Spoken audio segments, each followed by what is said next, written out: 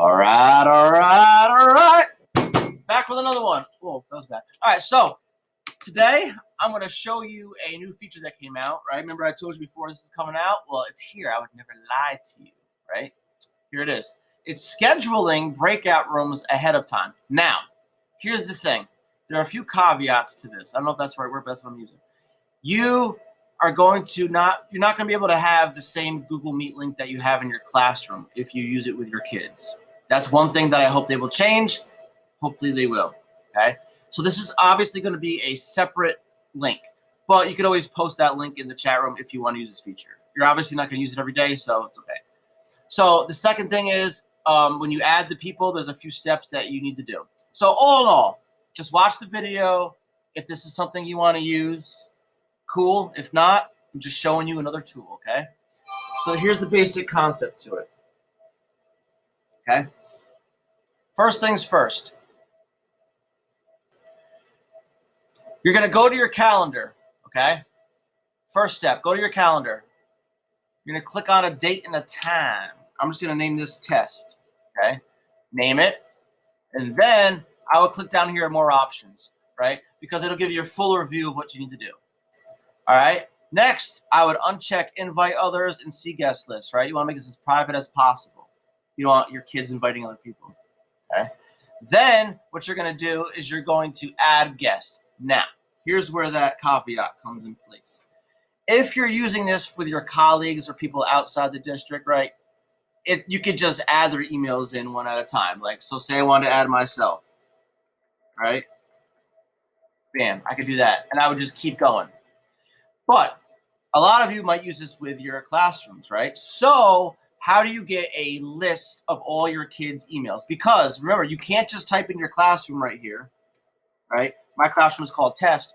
There's nothing there, okay? You can't add your classroom that way. The only way you could add a group of people is if you make your contact list in your contacts app, which I showed you in the previous video, right? Remember I showed you I had made this contact, right? And if I click that, all the names appear. That's the only way to mass add people. Otherwise, you're going to have to use this method. You go to your Google Classroom. You go to classwork, and you pick any assignment. It has to be an assignment in which a grade is available. Otherwise, you can't download the file. You see what I'm saying in a minute. You click on View Assignment. Once you click on View Assignment, you click on the cog wheel right here, and you go Copy All Grades to Google Sheets. What this does is it gives you a Google Sheet of all your kids' emails, your names, and the grades. All right, the only thing you're concerned about is this row, column right here with all the emails. All right, all you're going to do is copy paste all the emails.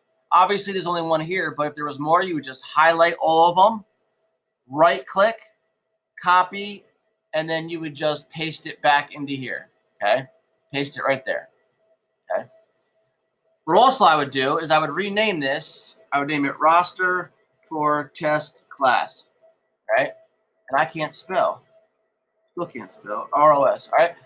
And then to be even more efficient, you see where it says right here?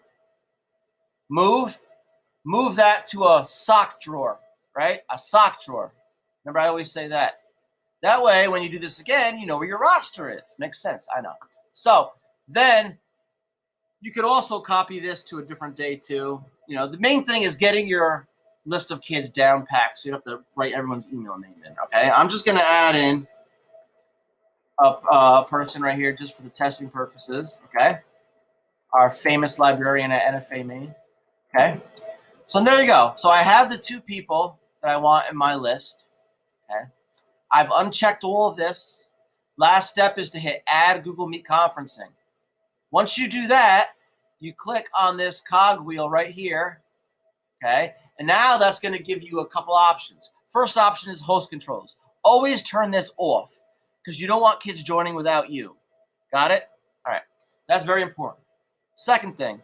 Hit breakout rooms. This is the new feature. As you can see, you have the option to create different breakout rooms, as many as you want, right? If you used breakout rooms before, this looks familiar. I could add 1, 2, 3, up to 100 rooms, right? And then I could just put people in different rooms as I see fit, okay? And I'm going to go ahead and save that, okay? Now I'm going to go ahead and save this, and I'm going to send the email out to all my people, okay? Oops, let me do that again. I got to save it to them.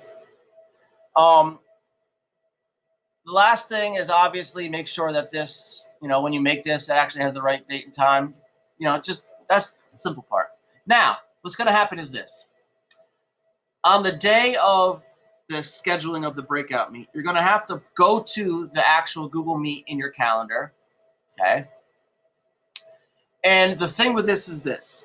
It's not going to put the people automatically in the breakout rooms, which is a good thing, okay?